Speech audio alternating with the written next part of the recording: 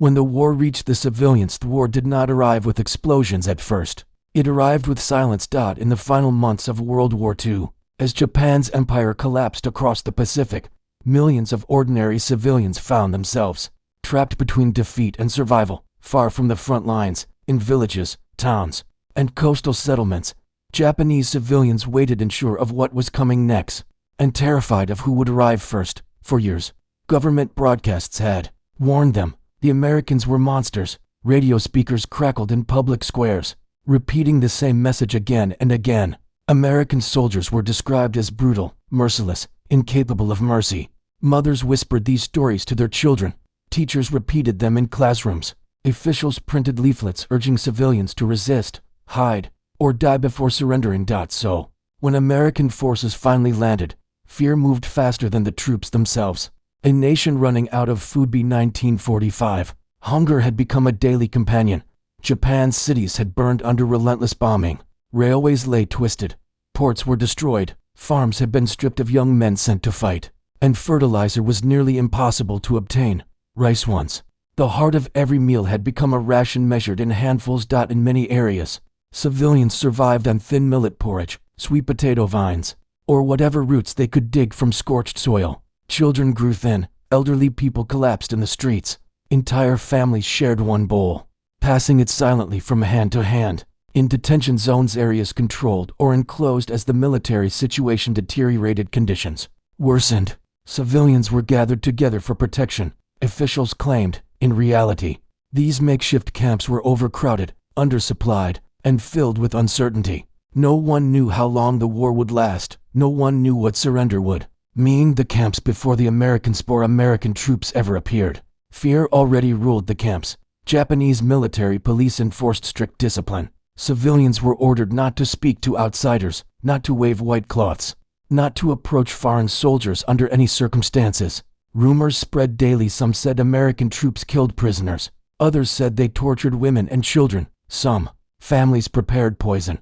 Others sharpened farm tools, believing they might be ordered to fight. Mothers rehearsed final instructions with their children: where to hide, what to say, how to bow. Fathers buried family heirlooms in the dirt, unsure if they would ever return. At night, hunger mixed with dread. People listened for aircraft engines, for gunfire, for footsteps that might signal the end of the world they knew. First sight of the enemy. When American troops finally came, they did not arrive as the propaganda had promised. In many regions, civilians first saw them from a distance, columns of soldiers moving cautiously, weapons ready, uniforms dusty from travel. Tanks rolled slowly, jeeps bounced along broken roads. The stars and stripes flew where the rising sun once stood. Some civilians hid in the forests. Others locked themselves inside abandoned buildings. A few stood frozen, too exhausted to run. Inside detention areas, silence fell. People waited for gunshots that did not come. The Americans did not immediately storm the camps. Instead, they observed. They spoke through interpreters. They posted guards not facing inward, but outward, as if protecting rather than imprisoning. For many civilians, this was deeply confusing. Fear meets reality. First direct encounters were cautious, almost awkward. An elderly man bowed repeatedly, trembling so hard he could barely stand. A young American soldier, barely older than the man's grandson, lowered his rifle and nodded back, unsure what else to do. Children stared wide-eyed at foreign faces, tall figures with unfamiliar accents and strange equipment. Some began to cry, not because they were harmed, but because fear had finally found release. Then something unexpected happened. Food appeared, not immediately, and not everywhere, but where American units took control. Supplies slowly followed. Canned meat, crackers, powdered milk, chocolate, things many civilians had not seen in years. At first, people were afraid to eat. Some believed the food was poisoned. Others thought accepting it might be a trick. But hunger won. A mother tore open a tin with shaking hands. The smell alone brought tears to her eyes. She fed her child first, watching closely, waiting for signs of illness that never came. That night, for the first time in months, bellies were full. Confusion inside the camp's detention. Camps became places of contradiction. On one side, barbed wire, guards, strict movement controls. On the other, medical aid, food distribution, and an end to constant air raid terror. American medics treated civilians regardless of age or status. Wounds long ignored were cleaned. Diseases caused by malnutrition were addressed, children were given vaccinations. For many, it was the first professional medical care they had ever received. This did not erase fear overnight. Some civilians refused to speak. Others watched silently from doorways. The memory of years of propaganda could not vanish in a single meal. But questions began to form. If these soldiers were monsters, why did they share food? Why did they treat the sick? Why did they stop the beatings that had occurred under Japanese military discipline? A shift begins low. Whispers replaced screams. People talked quietly at night, comparing experiences. One family had received extra rations. Another said an American soldier gave candy to children. A third claimed they had been allowed to move freely outside the camp under supervision. The war, they realized, was truly ending, yet uncertainty remained. Occupation had begun, but the future was unclear. Would the kindness last? Would punishment follow? Would Japan survive this defeat or be erased by it? As the sun set over the camps, civilians sat together, thinner than before but alive. The fear that once consumed them had not vanished, but it had cracked, and through that crack, a new reality was beginning to show. Living behind the barbed wire did not come down when the fighting stopped. For Japanese civilians, the end of the war did not mean immediate freedom, it meant adjustment. Detention camps that had once been chaotic, fearful holding areas, were now reorganized under American supervision.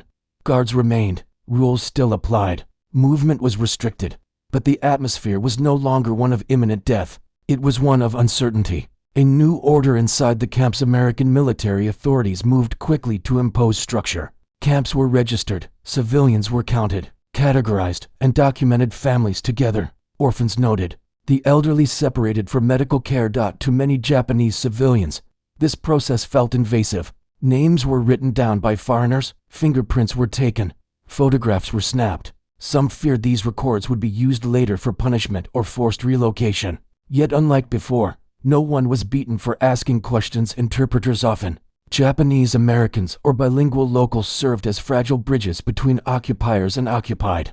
Through them came unfamiliar words: occupation, relief, reconstruction. Few civilians truly understood what those words meant, but they listened carefully. Hunger eases. Dignity struggles for distribution became regular. Each day, lines formed quiet, orderly, disciplined by years of scarcity. American rations were not luxurious, but they were consistent. Rice returned, in small amounts, supplemented by canned goods and bread. For many civilians, the taste was strange. Spam, corned beef, powdered eggs, foods that felt foreign, almost unreal. Some elderly refused to eat them at first, clinging to tradition even in starvation. Children adapted faster.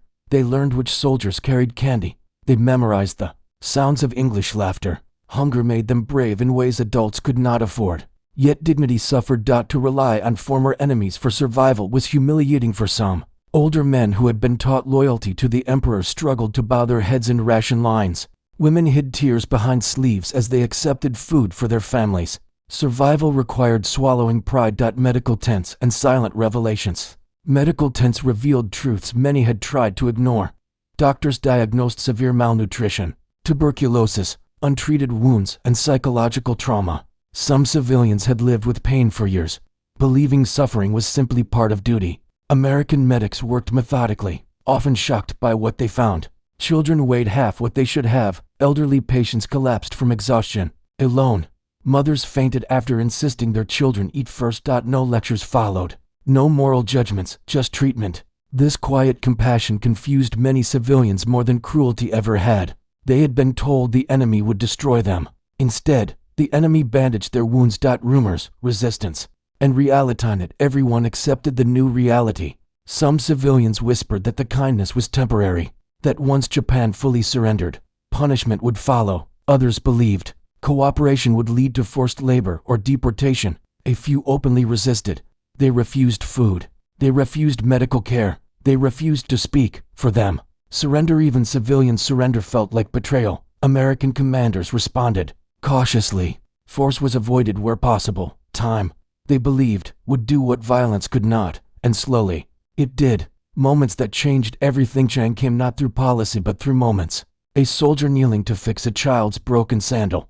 A medic staying late to comfort a dying elder. A guard sharing his cigarette with a former enemy, silently. One incident spread through the camp like wildfire. A young American private noticed a woman collapsing during roll call. Instead of calling for discipline, he carried her to the medical tent himself. No shouting, no punishment. People watched from behind fences, stunned. That night, conversations shifted. They are not demons, someone whispered. They are soldiers, another replied. They are human, a third finally said. Education and the end of isolation. Within months, small schools appeared inside some camps. American authorities believed re-education was essential to prevent future militarism. Civilians were taught basic civics, hygiene, and in some places English phrases. At first, attendance was reluctant, suspicion ran deep, but children came. Then mothers followed. Eventually, fathers stood quietly at the back, listening. Maps were redrawn. History was retold, not glorifying conquest, but explaining consequences. The emperor was no longer described as divine. For many civilians, this was the most painful adjustment of all. Beliefs they had held their entire lives were being dismantled. Piece by piece, the weight of loss of stability returned. Grief surfaced. With food and safety no longer immediate concerns, civilians began to mourn properly. Names were read aloud of those who never returned. Families confirmed deaths long suspected. Some learned their sons had died years earlier. Others discovered entire villages were gone. American soldiers witnessed this grief quietly. They had lost comrades too. In shared silence, something resembling understanding formed.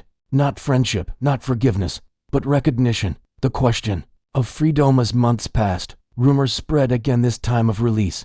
Detention was temporary. Officials said civilians would return home. Japan would rebuild. But home no longer existed for many. Cities were rubble. Farms were burned. Families were scattered. Freedom, when it came, would not be simple. And so civilians waited, fed, guarded, educated, and changed inside camps that were no longer prisons, yet not quite sanctuaries either. The war had ended, but its shadow remained stretching far beyond the wire. After the gates opened, the gates did not swing open all at once. They opened slowly, one order at a time, one family at a time, one uncertain step into freedom after another. When Japanese civilians were finally told they could leave the detention camps, there was no cheering. Only silence. Freedom, after years of fear and hunger, felt fragile, almost unreal. Stepping into a broken world outside the wire. The world looked unfamiliar. Roads were cracked. Buildings were hollowed shells. Fields, once green, lay scorched and abandoned. Entire neighborhoods had vanished, replaced by ash and twisted metal. Some civilians stood frozen, clutching bundles of belongings so small they felt symbolic rather than useful. Others knelt and touched the ground, as if confirming it was real. Children asked simple questions no one could answer. Where is our house? Where will we sleep? Is the war really over? For many, there was no home to return to, only memories. The long walk home. Families scattered in every direction. Some followed railway lines, hoping trains would run again. Others walked for days, carrying the elderly on makeshift stretchers. Hunger had eased, but exhaustion replaced it along the roads. Former soldiers mixed with civilians, defeated men in tattered uniforms, eyes empty, spirits broken. No parades, no welcome. Only shared defeat. American patrols remained visible, monitoring movement, offering directions, sometimes supplies. Their presence was no longer terrifying, but it was still foreign. The occupiers had become part of daily life, rebuilding with empty hands. Returning civilians faced a brutal truth. Survival had not prepared them for rebuilding. Farms lacked tools. Cities lacked materials. Families lacked men lost to war, disease, or disappearance. Women became laborers. Children scavenged for scrap. The elderly watched quietly as a world they once understood reshaped itself without permission. American aid programs expanded. Food shipments arrived. Schools reopened. Infrastructure projects began. Some civilians accepted help gratefully. Others did so reluctantly, struggling with the idea that former enemies now shaped Japan's future. Pride and necessity collided daily. Memories that would not fade. Nighttime was the hardest. When the day's labor ended and silence returned, memories surfaced. Air raids, hunger pains, the fear of first encounters, the shame of dependency. Some civilians dreamed of barbed wire even after leaving the camps. Others woke convinced guards were still watching. Children who had grown up behind fences found open spaces overwhelming. They stayed close to adults, unsure where safety truly lay. The war had ended, but it lived on inside them. Encounters remembered years later, survivors would speak of moments they never forgot. The American medic who saved a dying child, the guard who shared bread without words, the interpreter who listened when no one else would. These memories complicated the story of the enemy. Hatred did not vanish, but it fractured. Many civilians learned to separate governments from people, orders from actions. This realization was painful, but necessary. It allowed healing to begin. A new Japan emerged as occupation continued. Japan changed rapidly. New laws were written, education reformed, militarism dismantled. Women gained rights unimaginable before the war. For civilians, once detained, these changes felt surreal. They had survived hunger, fear, and humiliation only to witness the birth of a country that rejected the very beliefs that led to their suffering. Some welcomed this transformation. Others mourned what was lost, but all understood one thing: the old Japan was gone forever. Passing the story forward, years turned into decades. Children grew into adults. Survivors aged quietly. Many never spoke of detention, not to their families, not to historians. The pain felt too private, the memories too heavy. But some did speak. They spoke of fear and unexpected mercy, of hunger and unfamiliar kindness, of American soldiers who were neither saviors nor monsters, but human beings caught in history's machinery. Their stories challenged simple narratives. The meaning of survival, they realized, was not just staying alive. It was learning to live with contradictions, to accept help from former enemies, to rebuild without forgetting, to forgive without erasing pain. Detention had stripped them of certainty, but it had also revealed resilience they never knew they possessed. The final reflection today. The camps are gone. Barbed wire rusted away. Guard towers dismantled. Fields reclaimed by grass and memory. But for those who lived there, the experience remains etched into their lives, quiet, enduring, unforgotten. They were civilians caught in a global war. They did not start. They endured fear, hunger, and humiliation. They encountered enemies and found humanity where they least expected it.